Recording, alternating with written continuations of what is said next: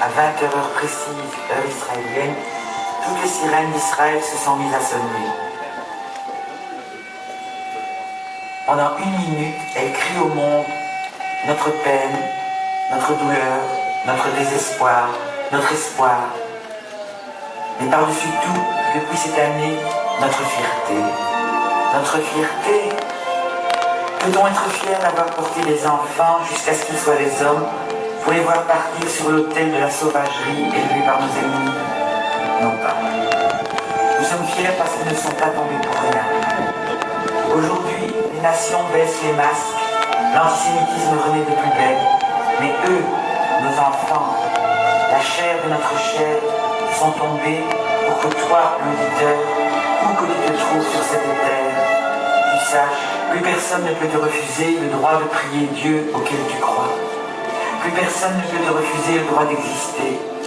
Plus personne ne peut te refuser le droit d'être juif. Et voilà, le mot est dit. Ils ont donné, ou plus exactement, on leur a pris leur jeune vie pour que chacun de nous puisse faire ce qu'il veut d'un héritage vieux de 6000 ans. Malheureusement même le dilapider. Qu'en tout état de cause, qu'un juif, où qu'il soit, sa maison, c'est ici. Et je vous promets qu'elle est belle. Alors oui, je suis fier en ce jour du souvenir de nos soldats partis et de nos soldats vivants, car eux aiment la vie et font tout pour la préserver, même celle de l'ennemi, à l'inverse des monstres qui se font sauter en espérant tuer un maximum d'innocence en défense. Que toutes les familles qui ont payé trop cher notre droit à la vie soient remerciées et assurées de notre profonde reconnaissance. Signé Guy Sen, en direct d'Israël.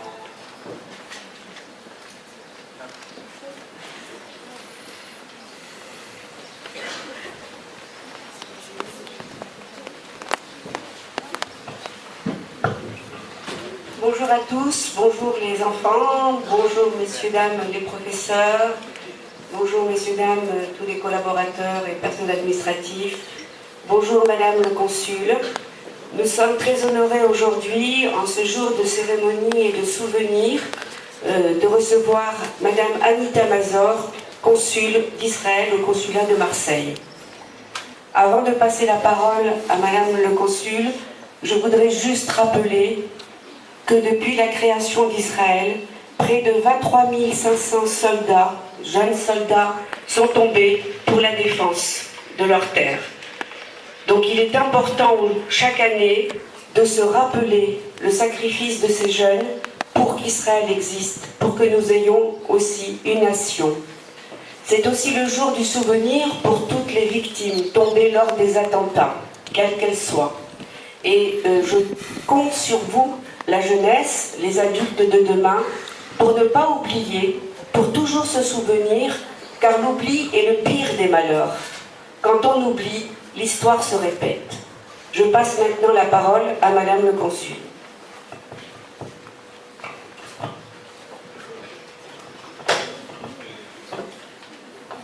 Shalom. Merci madame la directrice. Messieurs, mesdames, les professeurs, chers élèves, c'est vrai que j'ai préparé un discours, mais je crois que aujourd'hui, en ce moment, ce n'est pas le moment des discours. Ce que je voudrais faire avec vous, c'est vraiment vous parler, vous raconter ce que pour moi, une Israélienne, représente Yom HaZikaron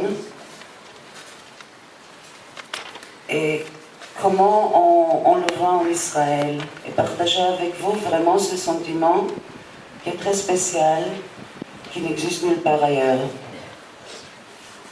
Alors, Yom HaZikaron a commencé hier soir à 20h en Israël par une sirène. Dans un moment, 60 secondes, tout le pays s'est arrêté, n'importe où, n'importe comment, tout le monde s'est arrêté, laissé tout ce qu'il faisait et s'est incliné en souvenir et s'est recueilli plutôt en souvenir de cette jeunesse magnifique qui nous a donné sa vie pour que nous, on puisse continuer à vivre.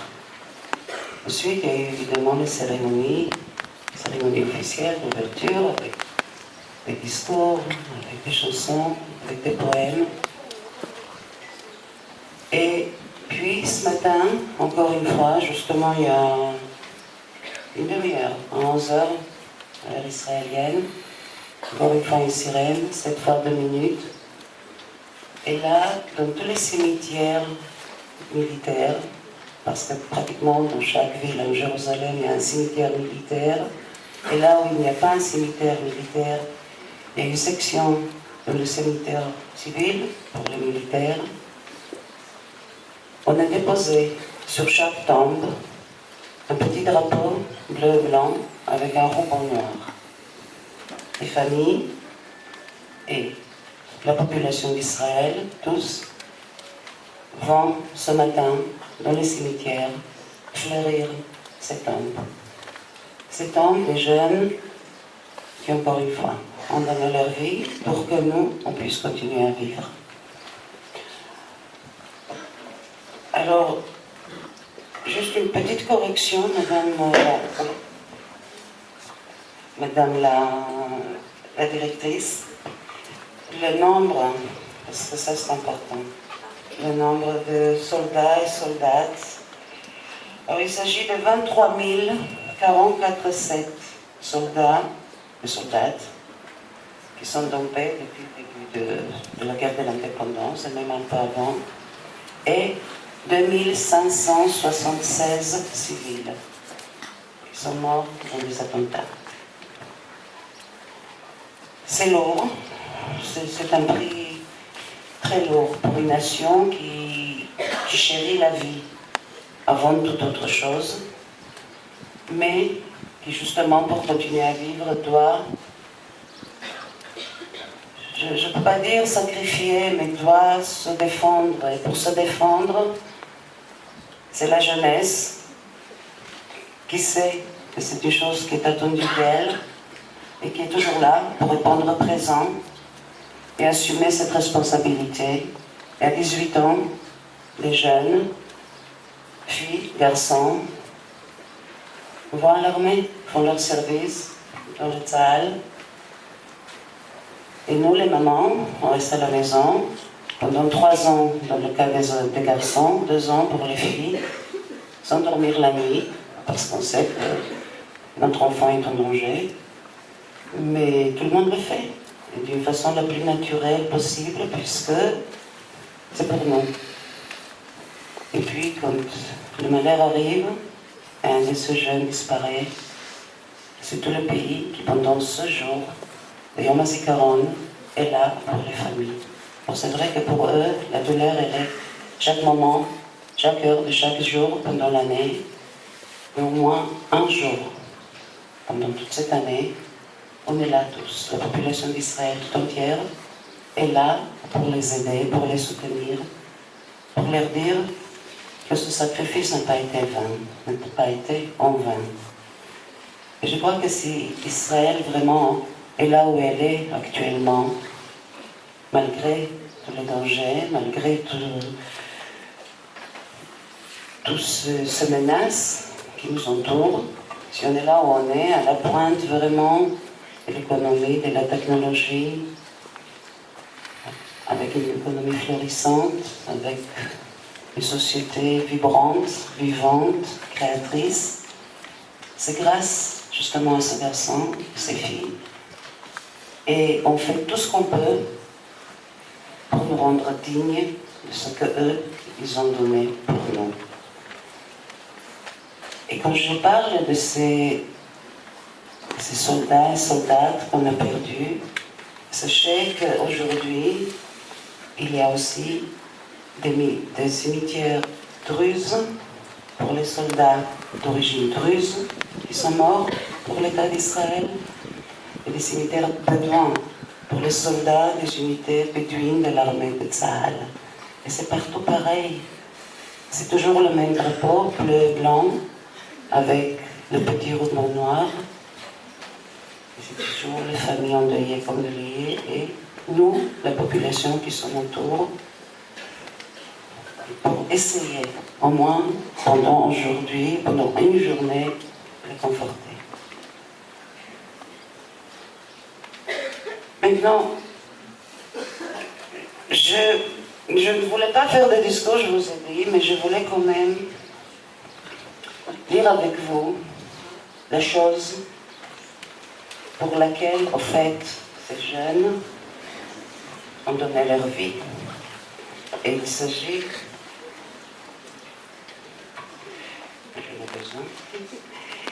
Il s'agit de la charte de l'indépendance de l'État d'Israël. C'est pas très long. On va le faire vite. Je vois que là, ça résume vraiment tout ce qu'on sait, tout ce qu'on peut penser, tout ce que j'aurais pu vous dire au sujet de l'État d'Israël et des noms des Israéliens. Alors j'ai la traduction en français, je ne vais pas la lire en hébreu. Eretz Israël est le lieu où naquit le peuple juif.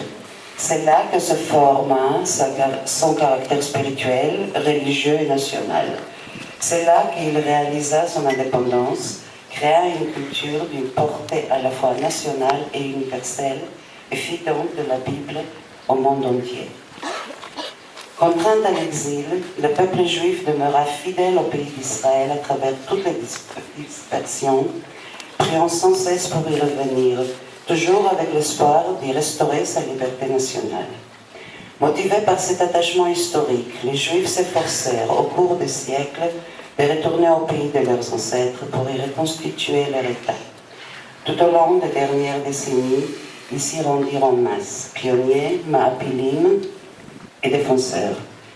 Ils y défraîchirent le désert, firent naître leur langue, bâtirent cités et villages et établirent une communauté en pleine croissance, ayant sa propre vie économique et culturelle. Ils n'aspiraient qu'à la paix encore qu'ils aient toujours été prêts à se défendre. Ils apportèrent les bienfaits du progrès à tous les habitants du pays. Ils nourrirent toujours l'espoir de réaliser leur indépendance nationale. En 1896, inspiré par la vision de l'État juif qu'avait eu Théodore Herzl, le premier congrès zioniste proclama le droit du peuple juif à la renaissance nationale dans son propre pays. Ce droit fut reconnu par la déclaration Balfour du 2 novembre 1917 et réaffirmé par le mandat de la Société des Nations qui accordait une reconnaissance internationale formelle des liens du peuple juif avec la terre d'Israël, ainsi que de son droit d'y reconstituer son foyer national.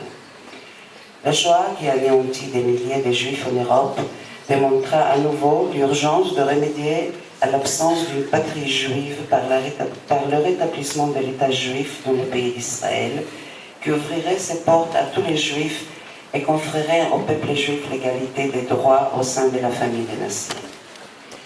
Les survivants de la Shoah en Europe, ainsi que les Juifs d'autres pays, revendiquaient leur droit à une vie de dignité, de liberté et de travail dans la patrie de leurs ancêtres. Et sans se laisser effrayer par les obstacles et la difficulté, cherchèrent sans relâche à rentrer au pays d'Israël.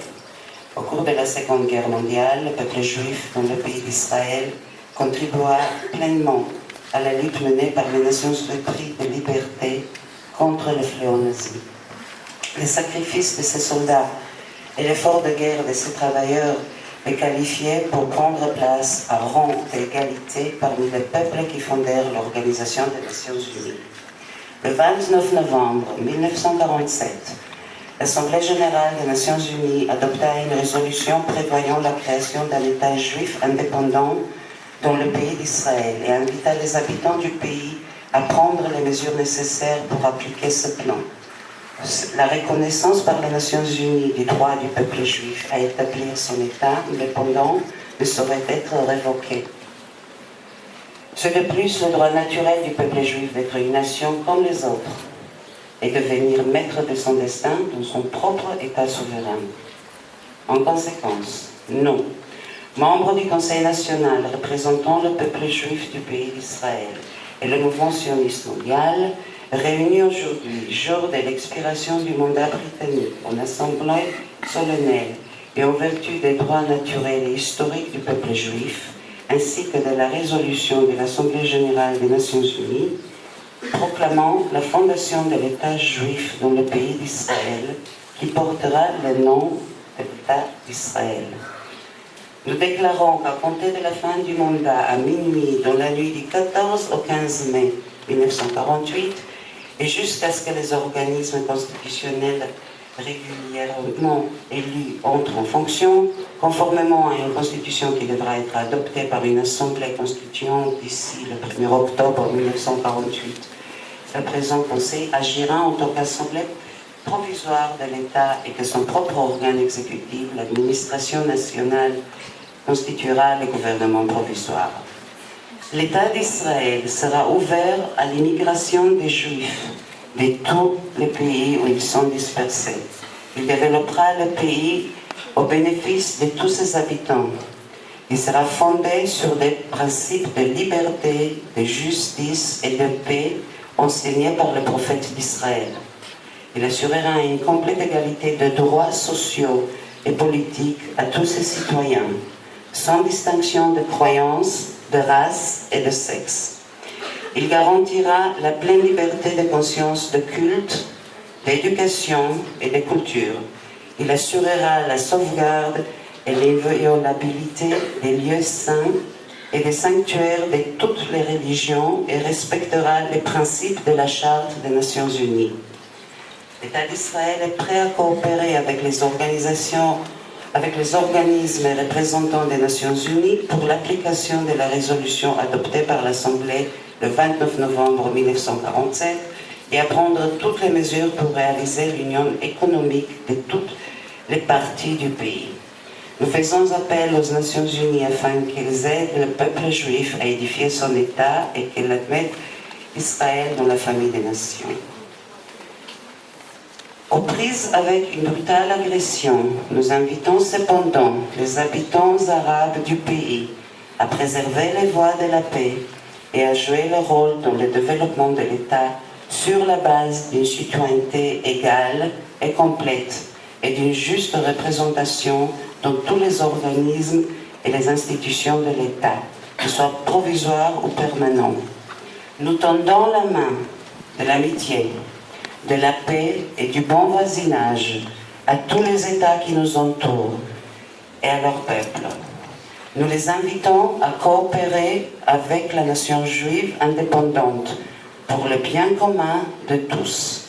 L'État d'Israël est prêt à contribuer au progrès de l'ensemble du Moyen-Orient.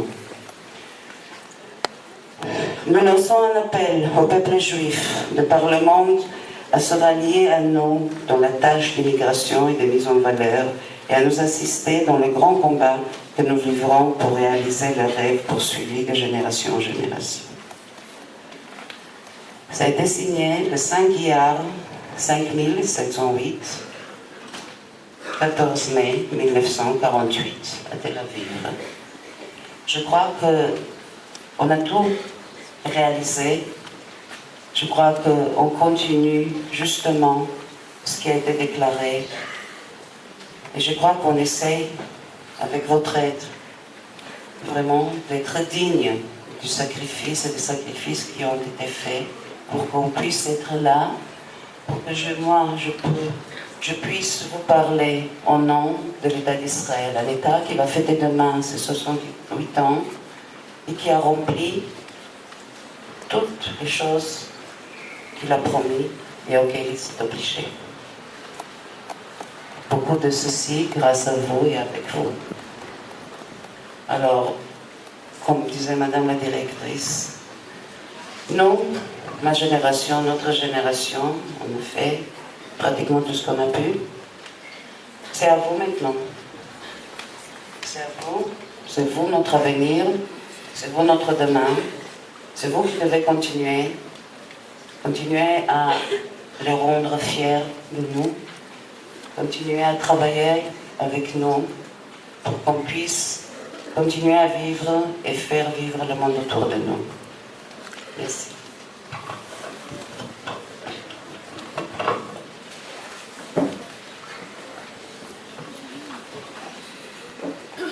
À présent, nous allons rappeler la mémoire d'une jeune garde frontière de 19 ans qui est tombée cette année et qui est une des héroïnes d'Israël.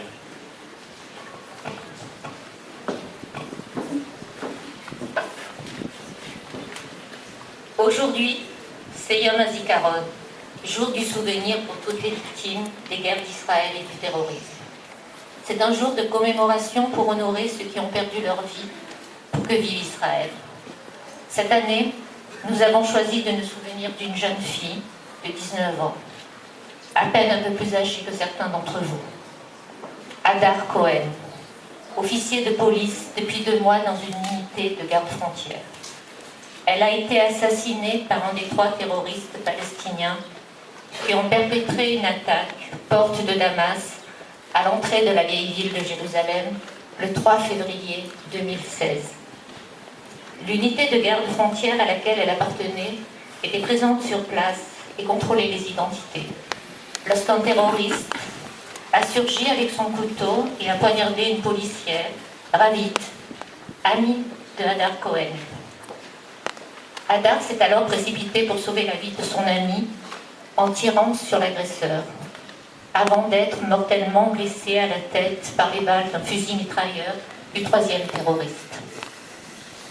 Elle est morte à son arrivée à l'hôpital.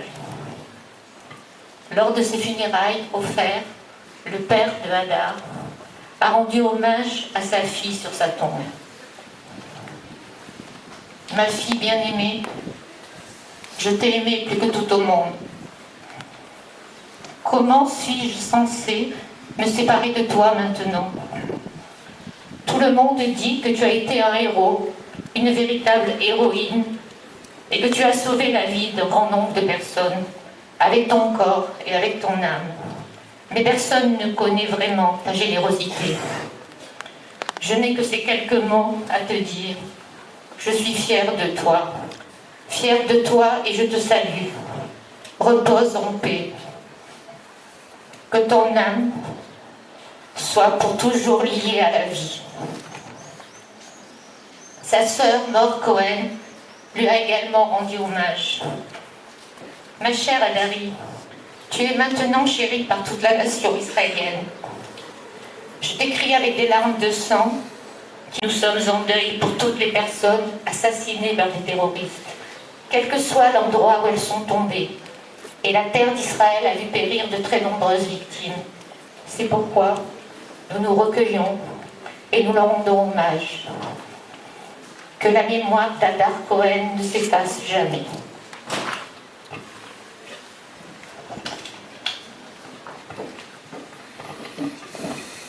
Une de nos élèves, Mayan Cohen, a écrit une chanson à la mémoire d'Hadar Cohen que va nous interpréter Johanna.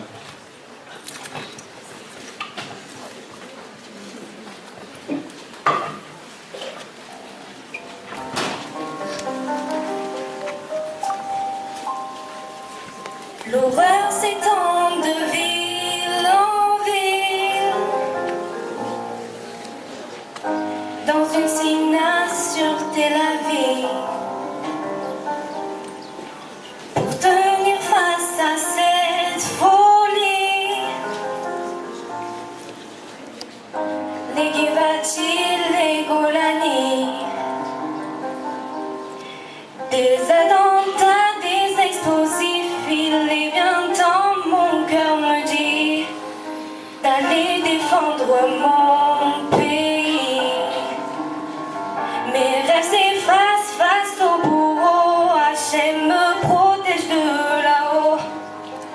Moi je veux rejoindre le drapeau. Je voulais pas te faire de la peine, maman. Je pensais protéger ma terre, maman. Forteresse de Jérusalem, maman. Tu peux être fière de ton bébé, maman. À l'heure où les balles me visent, cette même heure où ma vie se brise, je pense à papa et à Rabbit. Maman Imani Karani. Et de drame en cérémonie, pourquoi encore payer ce prix? Israël pleure l'enfant chéri. Joli colon face au couteau, un dard nous protège de là-haut, mais laisse un vide sous le drapeau. Je voulais pas te faire de la peine, maman. Je pensais protéger ma terre, maman. Forteresse de Jérusalem, maman. Tu peux être fière de ton bébé, maman.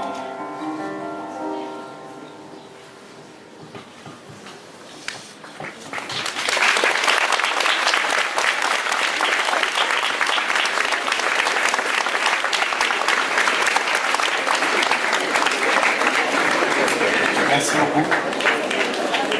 Je voudrais rappeler la mémoire de toutes les victimes du terrorisme et je ne peux pas les citer. Souviens-toi et n'oublie pas Ilan Halili. Kidnappé et torturé à mort parce qu'il était juif. Souviens-toi et n'oublie pas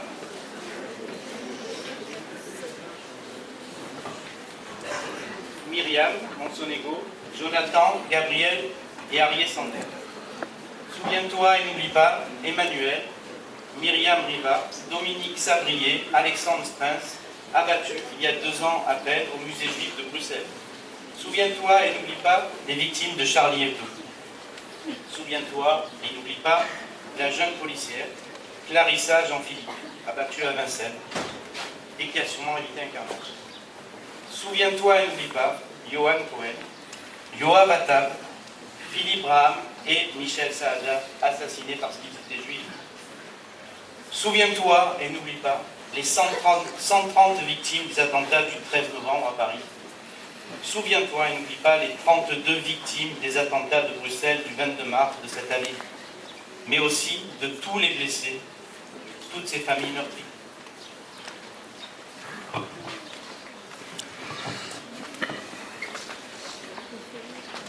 Christophe Lelouch était jeune, 33 ans. Il adorait l'OM.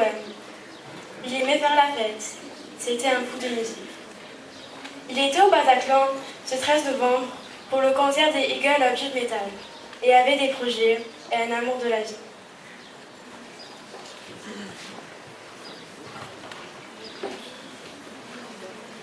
Khaireddine Zarbi avait 29 ans. Il était originaire d'Alger. Il marchait avec son violon, revenant d'une répétition de musique arabo-andalouse, quand une balle l'a fauché. Il était amoureux de la musique, particulièrement de la musique andalouse. Il avait une maîtrise de la musicologie, il était sensible, discret, doué, drôle, et avait plein de projets et un amour de la vie.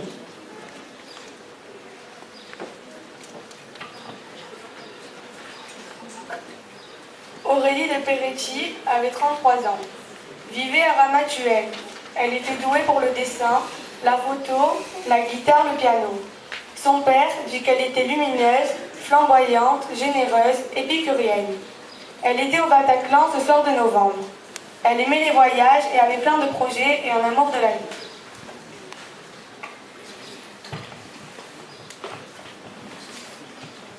Justine Dupont avait 34 ans. Elle était bénévole dans une association s'occupant de personnes sortant de prison. Elle s'occupait des autres car elle les aimait. Elle adorait le rap et la musique orientale. Elle était avec ses amis au restaurant La Belle Équipe quand des balles les ont fauchés. Elle avait plein de projets et un amour de la vie.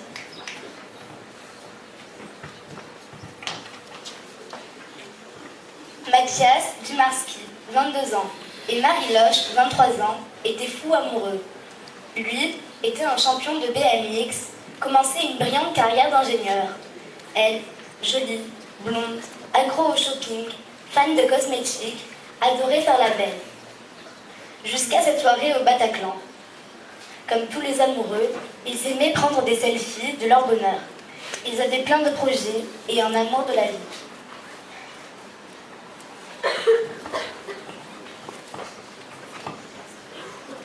Nous allons à présent lire une prière qui s'appelle Iskor, souviens-toi, en souvenir de ceux qui sont tombés pour l'État d'Israël.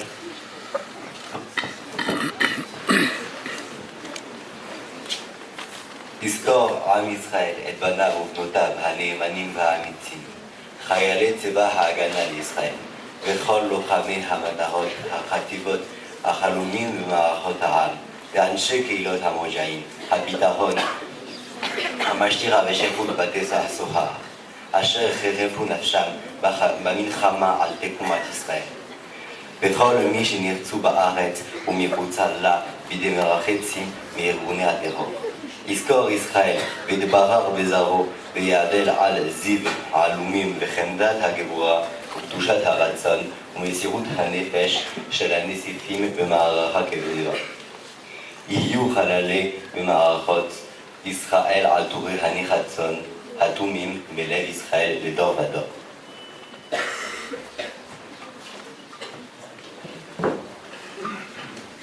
Souviens-toi, peuple d'Israël, de tes fils et de tes filles qui se sont sacrifiés dans les luttes précédant la création de notre pays, et des soldats de Tsahal tombés au cours des guerres d'Israël.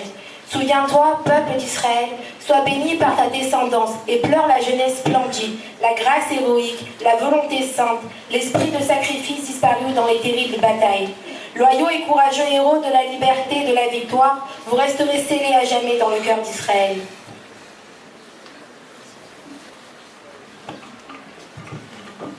Prière pour les soldats de Tsahal.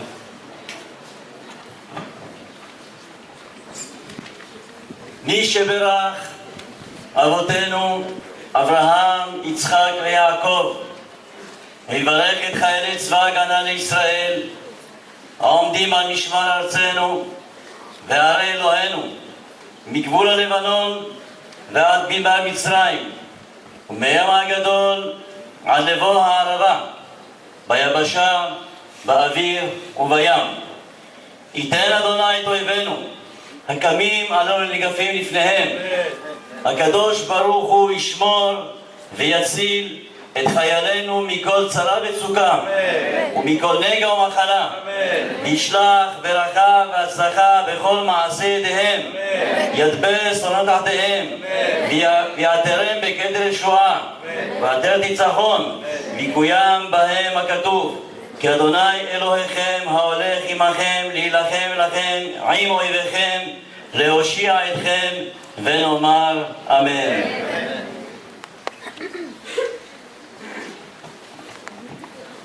Avant de réciter la prière en français, j'aimerais juste m'adresser à Madame la Consul et vous dire que, sachez une chose, c'est que la jeunesse juive de Marseille, la jeunesse juive de France est aux côtés de l'État d'Israël.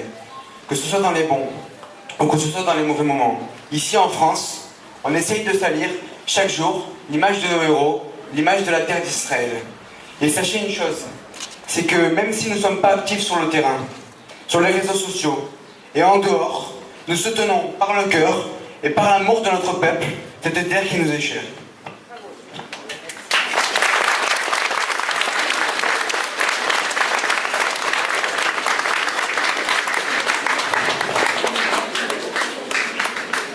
Que celui qui a béni nos ancêtres, Abraham, Isaac et Jacob, bénisse les soldats de l'armée de défense d'Israël, qui défendent au sol, dans les airs et sur mer notre terre et ses saintes villes, des confins du Liban au désert d'Égypte et de la Méditerranée à la Chava, qu'ils mettent en déroute nos ennemis, qui se dressent contre nous. Que le Saint béni soit-il protège nos soldats de la détresse et de l'angoisse, des blessures et des maladies. Qu'il anéantisse pour eux, contre ceux qui nous haïssent, qu'il saigne nos soldats de la couronne de la victoire, du diadème triomphal. Ainsi se réalisera le verset. Car c'est l'Éternel notre Dieu, car c'est l'Éternel votre Dieu, qui marche avec vous, afin de combattre pour vous, contre vos ennemis, et de vous procurer la victoire. Et disons Amen. Amen. Prière pour l'élévation des âmes des disparus, El Malé Rachamim.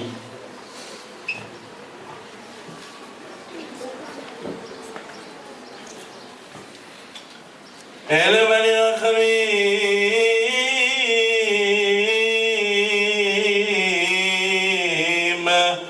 شوحذ بمهم ممس من روحان حنا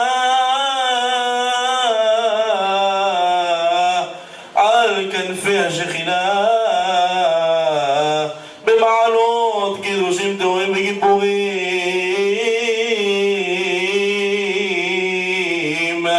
كالصور لك يا مغزين ليش موض حيا وسباقنا لإسرائيل وروحا يا مغتلوت شنفنوا بملحمות ישראל בכל הלוחמים במערכות העם שרפו נפשם למותה לקידושת השם ובזרע אלוהי מערכות ישראל הביאו לתקומת האומה והמדינה ולגאולת הארץ ויהי האלוהים בכל אלה שנגרשו בארץ ומחוסל בידי המרצחים מידי גורמי הטרור לכן בעל רחמים ישיבם בזבח כנפיו לעולמים וישאו בזרוע החיים את נשמתם אדוני ונחלתם